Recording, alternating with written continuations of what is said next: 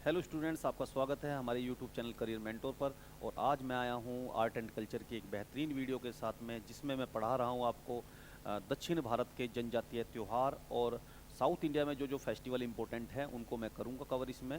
और आप देखेंगे कि एग्ज़ाम में फ्रीक्वेंट पूछे जाते हैं, बहुत लाभ होगा आपको इस वीडियो का।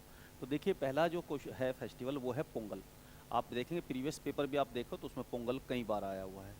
तो भाई, पोंगल फेस्टिवल जो है वो कहाँ का फेस्टिवल है? तो देखिए, पोंगल फेस्टिवल है तमिलनाडु का। तमिलनाडु का फेस्टिवल है, ठीक है। तमिलनाडु में ये फेस्टिवल किस दिन मनाया जाता है? तो ये 13 जनवरी से लेकर, अगर हम 12 जनवरी से बात करें बच्चों, तो 12 से लेकर 16 जनवरी तक, या फिर 13 से अगर शुरू करें तो 17 जनवरी तक, यानी 4 दिन का होता है ये। 4 दिन का त्यौहार है ये, ठीक है। और ये एक मकर संक्रांति जैसा फेस्टिवल है। मकर संक्रांति जैसे आप जानते हो, जैसे उत्तर भारत में जिस प्रकार मकर संक्रांति मनाई जाती है, मकर संक्रांति, उसी प्रकार से दक्षिण भारत में पोंगल मनाया जाता है। तो जिस प्रकार उत्तर भारत में मकर संक्रांति मनाई जाती है, उसी प्रकार से दक्षिण भारत में पोंगल मनाया जाता है, ठीक है। तो 4 दिन का फेस्टिवल होता है ये। कब मनाया जाता है? तो जनवरी के महीने में, भाई 12 जनवरी से लेकर 16 जनवरी तक, 16 जनवरी तक मनाया जाता है। ये कृषि पर्व है, यानी फसल का उत्सव है, कृषि पर्व है, ठीक है। अब जो 4 दिन ये मनाया जाता है, वो कैसे कैसे, कौन कौन से 4 दिन होंगे, उनकी विशेषताओं पर ध्यान दे लेते हैं अब थोड़ा। तो देखियो, पहला दिन है, जो दिन फर्स्ट है, तो पहला जो दिन है, फर्स्ट डे, क्या होता है पहले दिन?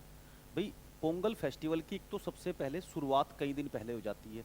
जैसे दिल्ली में, जैसे अगर हम उत्तर भारत की बात करें, तो उत्तर भारत में हम देखते हैं दिवाली की बहुत दिन पहले तैयारी शुरू हो जाती है। ऐसे बिहार की बात करें तो वहाँ छठ पूजा की बहुत दिन पहले तैयारी शुरू हो जाती है। अगर हम दक्षिण भारत में करें तो वहाँ का एक फेस्टिवल जो है पोंगल, बहुत महत्वपूर्ण फेस्टिवल है, और उसकी तैयारी भी, उसकी प्रिपरेशन भी महीनों पहले शुरू हो जाती है।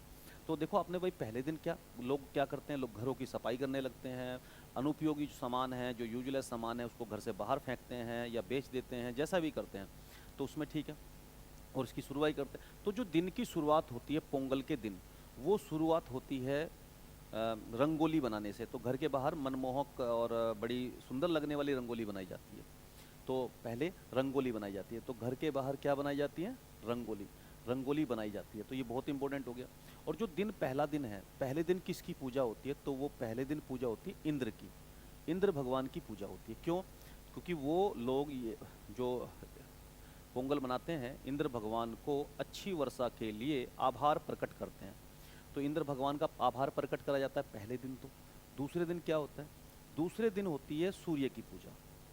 तो जो सूर्य की पूजा होती है, उसमें क्या होता है? भाई, सूर्य ही इंपॉर्टेंट होता है बहुत दिन। और इसमें क्या होता है? सूर्य की पूजा में घरों में पोंगल नाम का व्यंजन बनता है। घरों में पोंगल नाम का व्यंजन बनता है। महिलाएं पोंगल गीत गाती है। महिलाएं जो होती है वो पोंगल गीत गाती है। और लोग, तो इस तरह से सूर्य भगवान की पूजा की जाती है। लोग नए कपड़े पहनते हैं। और तीसरी विशेषता जो है, जो तीसरा दिन होता है, वो बहुत ही महत्वपूर्ण है। और उस दिन क्या होता है? उसको बोलते हैं मट्टू पोंगल। मट्टू पोंगल तीसरा दिन होता है। और उस दिन लोग अपने पशुओं को, अपने गाय बैल को गाय बैल को सजाते हैं। गाय बैल को सजाते हैं लोग मट्टू पोंगल के दिन। और फिर सजाने के बाद फिर एक मट्टू पोंगल के दिन, पोंगल के फेस्टिवल पर जल्ली कुट्टू नाम का एक गाय बैल की दौड़ होती है, जल्ली कुट्टू। तो ये क्वेश्चन बहुत इंपॉर्टेंट है। जल्ली कुट्टू जो बैल दौड़ है, वो कहाँ होती है? तो पोंगल फेस्टिवल पर होती है तमिलनाडु में, बैल दौड़। हालांकि सुप्रीम कोर्ट ने जल्ली कुट्टू पर पाबंदी लगा दी है, क्योंकि ये पशुओं के साथ, जानवर के साथ में क्रूरता का मामला है। तो इसलिए सुप्रीम कोर्ट ने इसे बंद कर दिया। लेकिन लोग अभी भी नहीं मान रहे हैं, आयोजन हो रहा है, ठीक है जी। तो ये मट्टू पोंगल हो गया बच्चों। तो जो चौथा दिन है वो कन्नुम पोंगल का है। और इस दिन कन्नुम पोंगल के दिन, चौथे दिन कन्नुम पोंगल के दिन, महिलाएं मंगल गीत गाती हैं। तो महिलाएं परिवार के लिए और अपने भाई के लिए मंगल गीत गाती हैं। तो किस दिन, कौन सा दिन होता है जिस दिन महिलाएं अपने भाई के लिए, अपने परिवार के लिए मंगल गीत गाती है? तो वो है कोन्नुम पोंगल। तो 4 दिन का फेस्टिवल है ये पूरा, और 4 दिन का ये किससे संबंधित है? तो ये तमिलनाडु राज्य से संबंधित है। आइए अब हम बढ़ते हैं नेक्स्ट क्वेश्चन की तरफ बच्चों। देखिए जी, नेक्स्ट क्वेश्चन है हमारा ओणम। ओणम फेस्टिवल कहाँ मनाया जाता है? तो देखो, ओणम फेस्टिवल जो है ना बहुत महत्वपूर्ण फेस्टिवल है, और ये तमिलनाडु के पड़ोसी राज्य केरल में मनाया जाता है। तो केरल का फेस्टिवल है। कितने दिन का होता है? तो ये 10 दिन का फेस्टिवल होता है बच्चों। और ये फेस्टिवल जो है, ये फेस्टिवल 10 दिन का है, और अगस्त सितंबर महीने में मनाया जाता है, या अगस्त में या सितंबर के महीने में मनाया जाता है। ठीक है, 10 दिन का फेस्टिवल होता है। कब मनाया जाता है ये फेस्टिवल केरल? तो ये मनाया जाता है मलयाली कैलेंडर, मलयाली कैलेंडर के अनुसार, मलयाली कैलेंडर के अनुसार चिंगम माह में ये मनाया जाता है। चिंगम माह, यानी अगर आपसे कोई क्वेश्चन पूछे भाई कौन से महीने में मनाया जाता है ओणम, तो आप कहोगे चिंगम माह में। और कौन सा दिन होता है? पहला दिन पहला दिन होता है अट्ठम दिन, अट्ठम का दिन होता है। ठीक है, पहले दिन को क्या बोलते हैं? अट्ठम। और कौन से महीने में आता है? चिंगम माह में आता है, मलयालम के कैलेंडर के अनुसार, यानी मलयाली कैलेंडर के अनुसार। ठीक है, अब इस दिन क्या मान्यता है भाई ओणम फेस्टिवल की? तो देखिए, मान्यता की अगर हम बात करें तो मान्यता में ये है कि इस दिन जो है, यहाँ पे लिखता हूँ मैं मान्यता। तो मान्यता ये है कि इस दिन राजा महाबली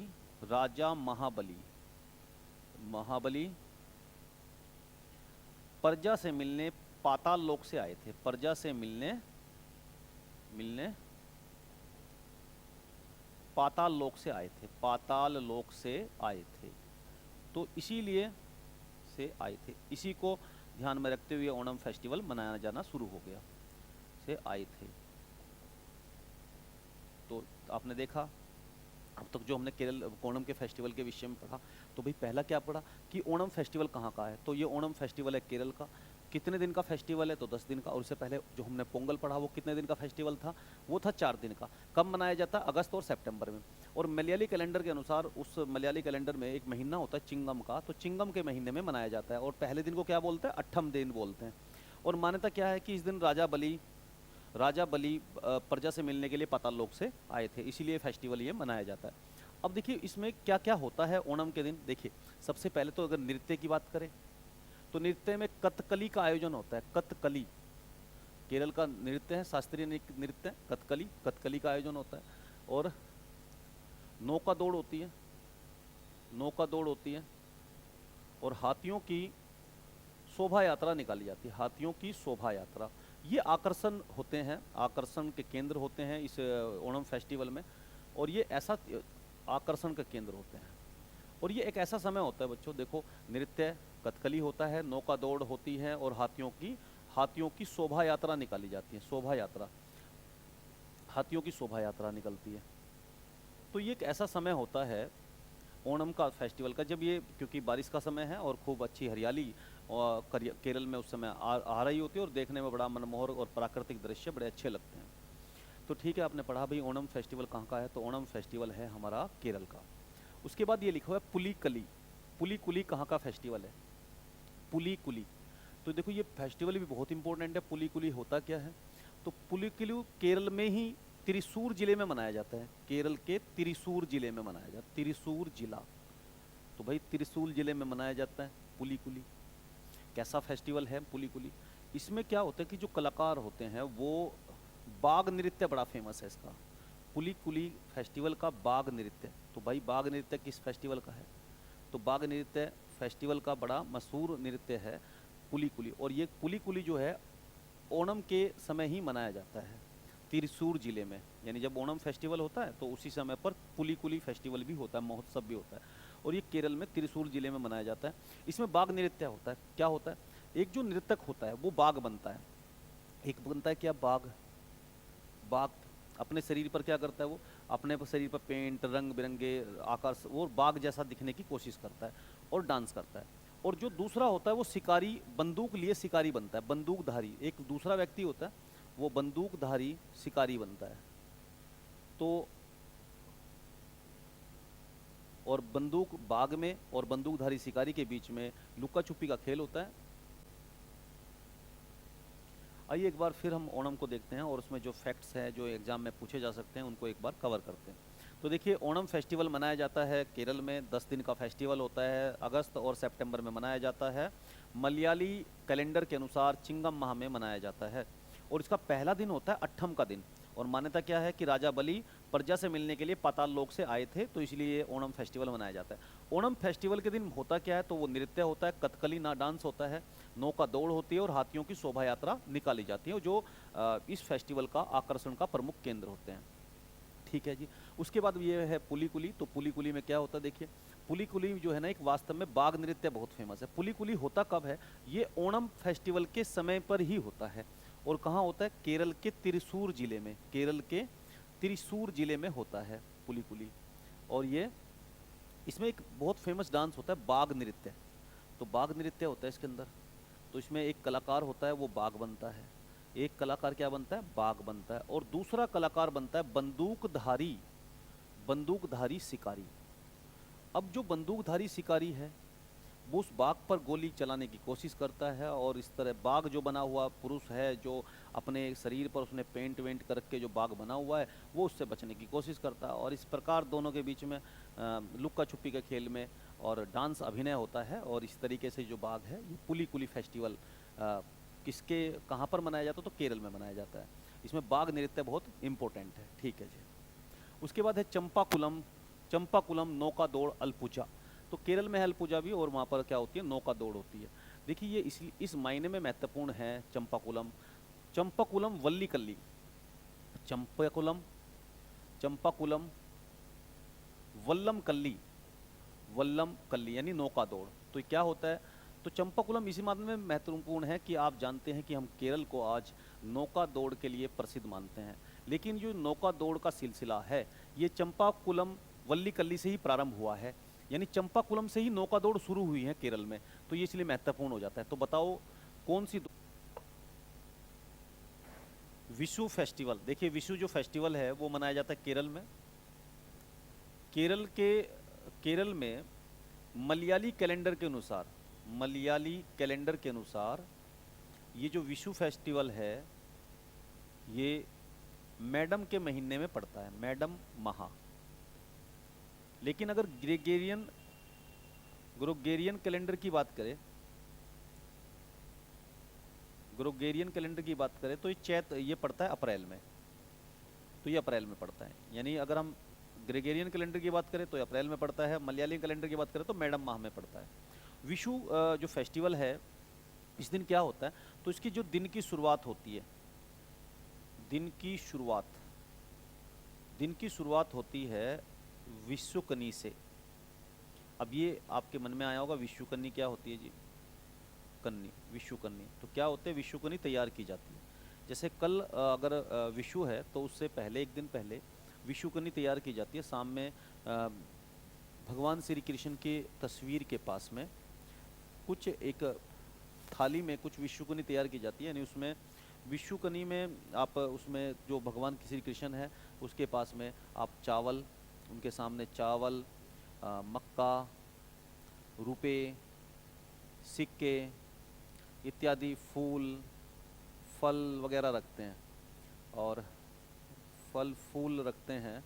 तो इस तरह से वस्सीकरनी तैयार, यानी भगवान श्री कृष्ण की तस्वीर होती है और वहाँ पर हम क्या रखते हैं, चावल, मक्का, इस तरह की जो अच्छी समृद्धि वाली वस्तुएं हैं उनको रखते हैं और वस्सीकरनी तैयार की जाती है। देखिए वस्सीकरनी की अगर हम बात करी जाए तो दिन की शुरुआत क्योंकि वस्सीकरनी से होती है, और वस्सीकरनी का शाब्दिक अर्थ क्या है, सुबह सबसे पहले देखना, सुबह सबसे पहले देखने की वस्तु, सबसे पहले देखने की वस्तु। तो ये इस फेस्टिवल की विशेषता है कि इस त्यौहार में वस्सीकरनी की जाती है, यानी विशु फेस्टिवल में वस्सीकरनी की जाती है, यानी सबसे पहले दिन निकलते ही सबसे पहले जो वस्तु देखी जाती है उसको वस्सीकरनी बोलते हैं। और वस्सीकरनी कहाँ होती है, भगवान कृष्ण की मूर्ति होती है, तस्वीर होती है, उसके सामने आप सुख समृद्धि की वस्तुएं रखते हैं और सबसे पहले आँख खुलते ही सबसे पहले उसी को देखना होता है, तो उसे बोलते हैं वस्सुकनी।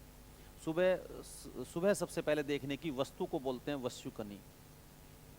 ठीक है जी। तो वस्सुकनी से शुरुआत होती है। अब इसका ये जो विशु है ये नाम कैसे पड़ा, तो देखिए आप जानते हो कि अगर हम जानते हैं कि पृथ्वी में जब सूर्य बिल्कुल विषुवत रेखा पर होता है, तो उस विषुवत रेखा पर सूर्य होता है 21 मार्च और 23 सितंबर को। तो ये वो समय होता है जब सूर्य बिल्कुल बीचों बीच होता है और सब पूरे पृथ्वी को वो समान रूप से धूप दे रहा होता है, यानी उसकी किरणें पूरी पृथ्वी पर समान रूप से पड़ती हैं। तो उस दिन क्या होता है, 21 मार्च और 23 सितंबर को, तब रात और दिन बराबर होते हैं। पूरी पृथ्वी पर सभी जगह रात और दिन बराबर होते हैं, इक्वल होते हैं। और इक्वल तो समान होते हैं, तो इसी से नाम पड़ा है विषुव। यानी आप जानते हो वसंत विषुव और शरद विषुव, और इसका मतलब विषुव का मतलब होता है समान। तो इसी से ये नाम पड़ा है विषुव। तो विषुव किससे नाम पड़ा है, बसंत विषुव शरद विषुव से, ठीक है, जिसका मतलब होता है समान। तो समान विषुव, ठीक है, आपने ये कवर कर लिया। उसके बाद बच्चों हम पढ़ते हैं इसमें उंजल पर्व क्या है। देखिए ये उंजल पर्व भी एक फेस्टिवल है, और जैसे आप जानते हो कि तमिलनाडु में मदुरई को त्योहारों का नगर कहते हैं। और जो त्योहारों का नगर है मदुरई, तो ये मदुरई में फेस्टिवल होता है। तो मदुरई में क्या फेस्टिवल होता है, भगवान सुंदरेश्वर और देवी मीनाक्षी दोनों की मूर्तियों को एक साथ रखा जाता है। उंजल का देखिए सबसे पहले ना आप उंजल का मीनिंग समझिए। तो उंजल का शाब्दिक अर्थ होता है पालने में झुलाना। तो जब इसका मतलब पालने में झुलाना होता है, तो इस दिन क्या होता है, ये मदुरई में तमिलनाडु की बात है, तो वहाँ पर भगवान सुंदरेश्वर और देवी मीनाक्षी दोनों की तस्वीरों को पालने में झुलाया जाता है। तो ये उंजल का मतलब होता है पालने में रख के झुलाना। और किसकी मूर्तियों को या तस्वीरों को पालने में झुलाया जाता है, तो सुंदरेश्वर और मीनाक्षी की तस्वीर को झुलाया जाता है। तो ये उंजल पर्व मनाया जाता है मदुरई में, तमिलनाडु में। तो तमिलनाडु में, ठीक है जी। फिर ये नेक्स्ट फेस्टिवल है चिथिरई पर्व, कहाँ मनाया जाता है। तो जो चिथिरई फेस्टिवल है, ये फेस्टिवल भी मदुरई का है, यानी ये भी मदुरई का फेस्टिवल है। इसमें भी क्या होता है, इसमें सुंदरेश्वर भगवान और मीनाक्षी देवी दोनों के विवाह होता है, और उस विवाह में शिरकत करते हैं विष्णु भगवान। तो यानी आपने देखा भाई चिथिरई फेस्टिवल कहाँ का फेस्टिवल है, तो ये फेस्टिवल है तमिलनाडु का।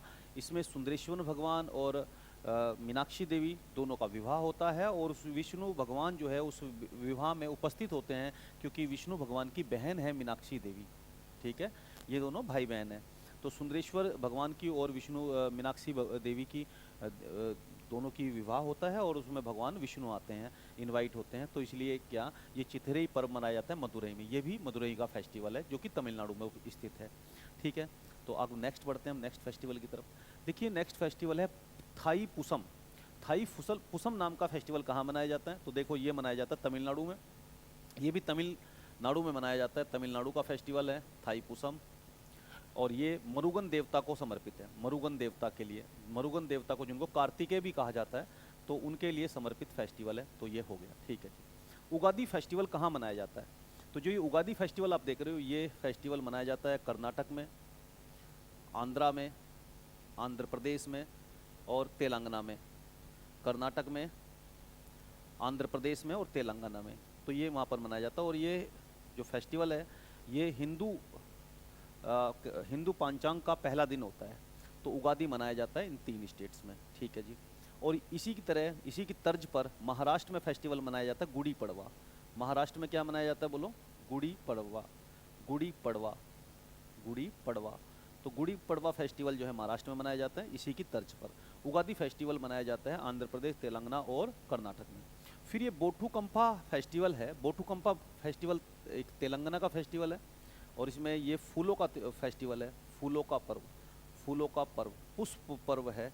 और इसमें क्या होती हैं, तो इसमें महिलाएं फूल इकट्ठा करती हैं, फूल को थाली में इकट्ठा करती हैं, थाली में संग्रह करती हैं, इकट्ठा करती है, और तथा उसे गोरा देवी को समर्पित करती हैं, गोरा देवी को समर्पित करती हैं, तो समर्पित करती हैं। तो यानी ये जो फेस्टिवल है पुष्प फेस्टिवल कहा जाता है।